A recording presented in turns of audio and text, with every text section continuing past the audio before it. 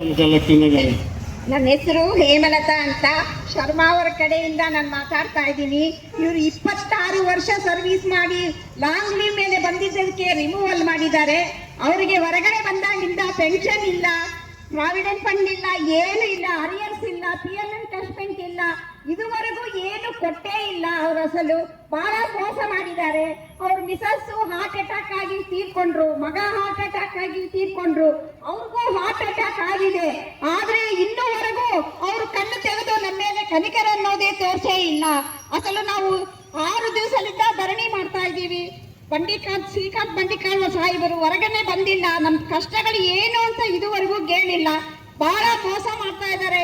ಈ ಗ್ರಾಮೀಣ ಬ್ಯಾಂಕ್ ಅಲ್ಲಿ ಬಹಳ ಅನ್ಯಾಯ ಮಾಡ್ತಾ ಇದ್ದಾರೆ. ನಾವು ರಾತ್ರಿ ಆಗಲು ಕಷ್ಟ ಬಿದ್ದು ದುಡ್ದವ್ರವರು. ಇವಾಗೆಲ್ಲ ಕಂಪ್ಯೂಟರ್ ಬಂದಿದ್ದಾವೆ, ಆಗ ಮ್ಯಾನ್ಯುವಲ್ ಇತ್ತು. ರಾತ್ರಿ 10 ಗಂಟೆವರೆಗೆ ನಮ್ದು ಬ್ಯಾಂಕ್ ಅಂತ ದುಡ್ದಿದ್ದಾರೆ. ಇವರೆಲ್ಲ ನಮ್ ದುಡ್ಡಿನ ಮುಗಳದಲ್ಲೇ ಕಟ್ಟಡ ಕಳೆ ಕುತ್ಕೊಂಡಿದ್ದಾರೆ.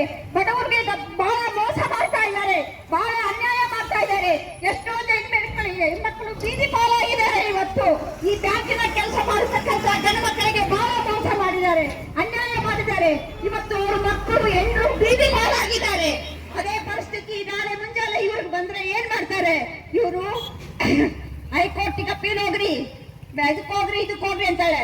ನಾಳೆ ಮುಂಜಾನೆ ಪಾಕಿಸ್ತಾನ ಕೂಡ ಹೋಗಂತ ಹೇಳ್ತಾರ ಇವರು.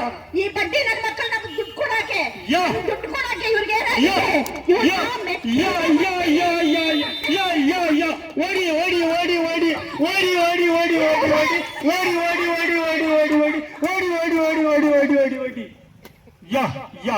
ಬ್ಯೂಟಿಫುಲ್.